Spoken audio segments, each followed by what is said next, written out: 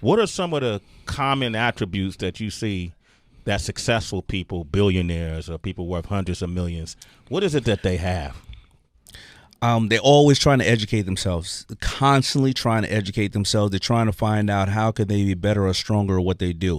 When I look at the billionaires, the funny thing about the billionaires is a lot of times they go around and they write down new ways of saving money on taxes. Because if you really think about this, if you're a billionaire and you have a company that's bringing in another $400 million, right? Mm-hmm. Instead of them thinking about how to do a new company, they think, well, why am I going to pay $200 million in taxes? How can I work harder to keep that instead of creating something new so they don't spread themselves too thin?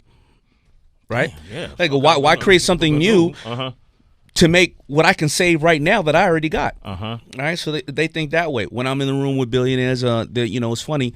I think I posted this other day. I'm in the room with dudes who have a little bit of money. They talk about how much money they spent on cars or parties. When I'm in the room with billionaires, they talk about how much money they gave away. Right? Because that's going to come back to them in a whole different way.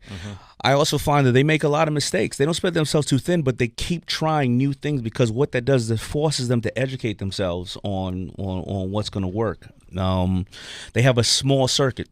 Yeah. They don't run around with a lot of people. They know a lot of people, but they don't really mess with a lot of people. They have a very small, tight amount of people around them. Those are a lot of things that I see, and they're always up super early in the morning. They're up 5 o'clock. They try to beat the sun up. Billionaires.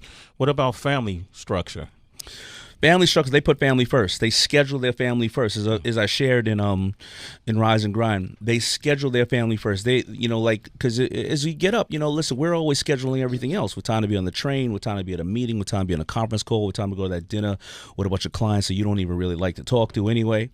They schedule. They schedule their health, so they get up in the morning, they schedule their doctors, they schedule their family, and then they go ahead and schedule the other things, other people's priorities. But they schedule themselves first and foremost.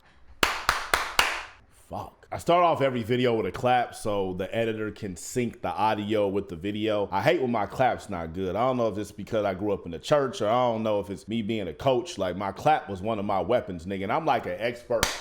Like, clapping ass nigga. Like, I hate when I fuck that shit up, dog. I know y'all don't care, but I do. Start the video. My ducks, my swans, welcome to the pond.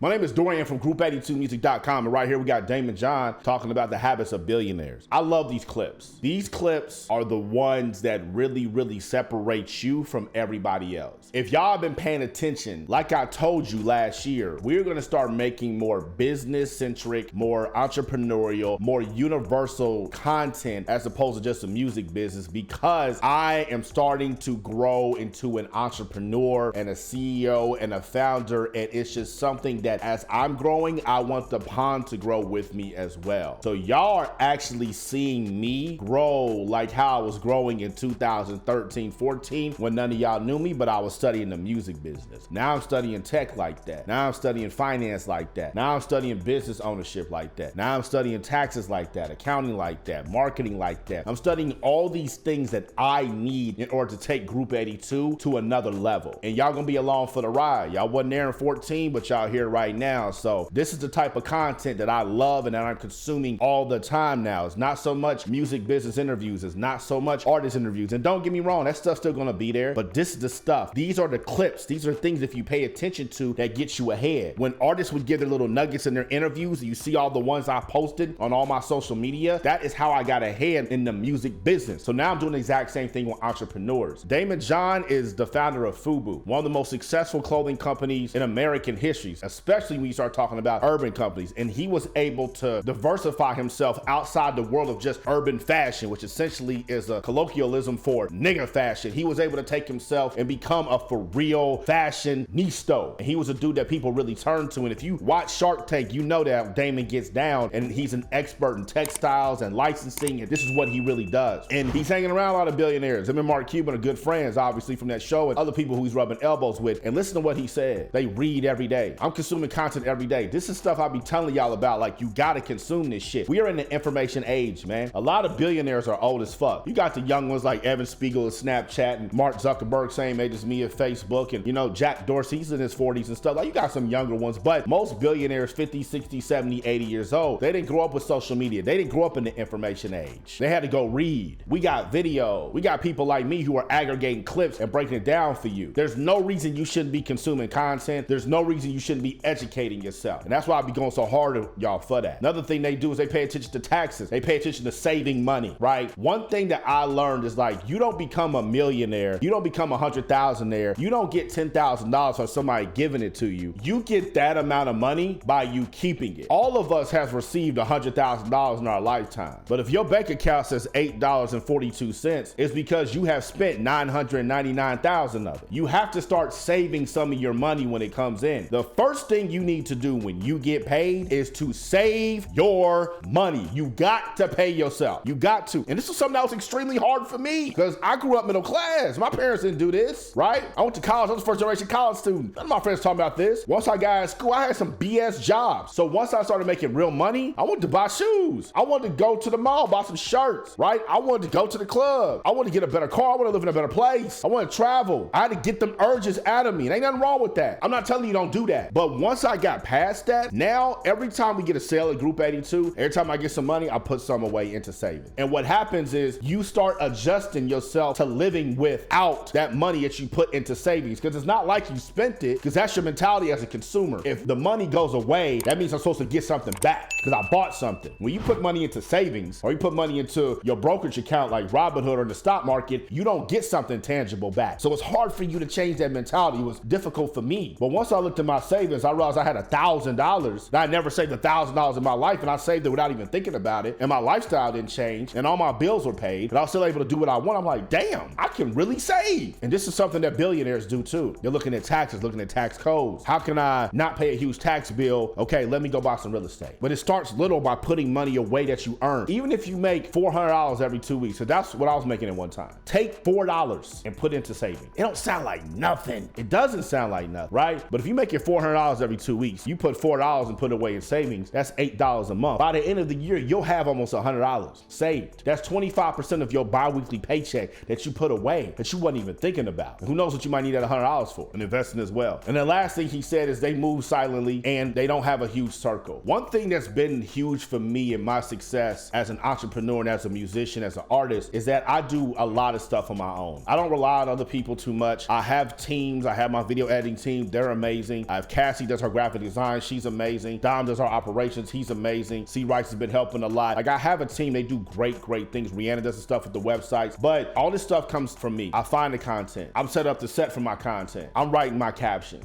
I'm the one in charge of all the marketing. I'm the one in charge of all the sales. I'm the one in charge of all the accounting. I'm the one in charge of everything in this Group 82 ship. It's all on me. So because of that, I don't really need anyone else like that. So when people come in, I'm like, yo, I don't need you for that. I handle that. I don't need you for that. I handle that. But what do you need help with? I need help with X, Y, and Z. Oh, I don't do that. Okay, cool. That's fine. I eventually will find somebody who does handle that. You don't need no big team. A lot of y'all want a manager, and you want a publicist, and you want a business partner, and you want a CTO. You need to figure out that shit out on your own. You can pay people for a one-off, but why do you need a partner so bad? Because you don't have confidence in yourself. You can't be an entrepreneur and not have confidence in yourself. You are on an island. It is the entrepreneurial island. You are sitting here alone. You don't need nobody else. Because if you start leaning on them, the moment that their interest change, that their passion changes, the moment that they get hooked on coke, the moment that they get some chick that's in their head, some dude that's fucking them good all of a sudden, she's changing up how she thinks, it's going to alter your whole business and your whole livelihood. And the last thing I want is for somebody else to alter my business and my livelihood and how I take care of my family. There's a lot of similarities between billionaires and what they're doing and what we're doing. A lot of y'all be looking at the negative. Billionaires, they're the reason why society is this. They're the reason why everything is evil. Why somebody need that much money? Man, shut up, man. Y'all don't say that about the dude that gets to 4.0. Y'all don't say that about the girl that gets to 5.0, the National Honor Society. She's a class president. Y'all don't cap her. Y'all don't tell her, hey, you got too many A's. Go give it to Dorian because he got a D in math. Y'all just let me get my fucking D in math. Y'all don't do that. So why do y'all do that to billionaires? Look at what successful people have done and take the nuggets away that can help you get to where you want to get to in life. If you want more advice like this, you want to have one-on-one conversations where we analyze your entire brand, you on Instagram, click the link in the bio, make sure you follow. You on YouTube, click the link in the description box. Make sure you hit that subscribe and that bell, get the notifications as well. Not the pond. Y'all stay true. Them DMs, I see them. Ain't nobody trying to read them. You would think I'll get a per diem. They hungry, let's feed them. No followers, no dollars. Try to take a sneak peek and holler. Done scrolled all the way to the bottom. Then left 100 comments. Music